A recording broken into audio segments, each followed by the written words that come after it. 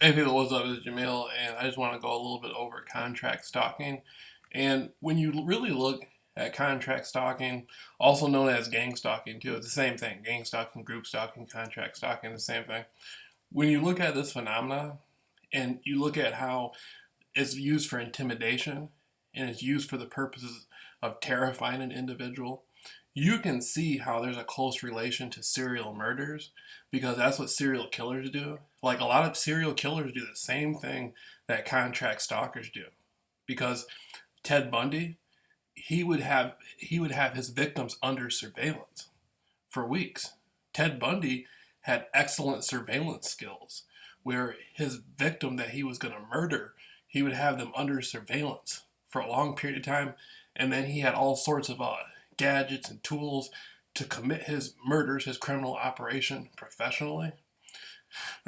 And when you look at the concept of the ideas that come out of contract stalking and the terror that they spread, threatening phone calls, scaring people, wearing all these weird colors and stuff, the same color patterns over and over again.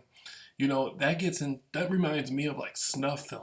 How Leonard Lake and that Charles guy that lived over in California back in like the 80s or 90s or whatever, or the 2000s, whenever they were doing it, in the Ukiah area.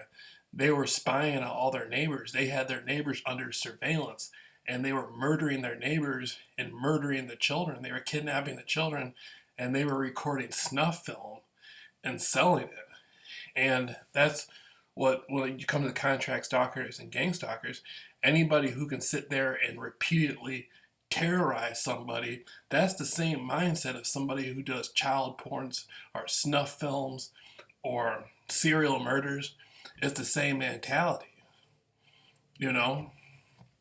And so, a lot of these times, these people pretend like there's people doing this contract stalking stuff who are impersonating police. They're impersonating private investigators, or they may even be cops and private investigators, or government agents. Who knows? But the sole purpose of a lot of this stuff, and they even hired. I've seen people. They hire drug dealers. They hire people with felonies. Um, and that's the strange part is how can an individual hire a felon who has multiple felonies to follow somebody and make that doesn't make any sense. So when it comes to contract stalking, this is like the same mindset of serial killer type stuff. It's really creepy. And the fact that society is so incompetent to where like the cops can't even admit it's real. It's like, it's crazy.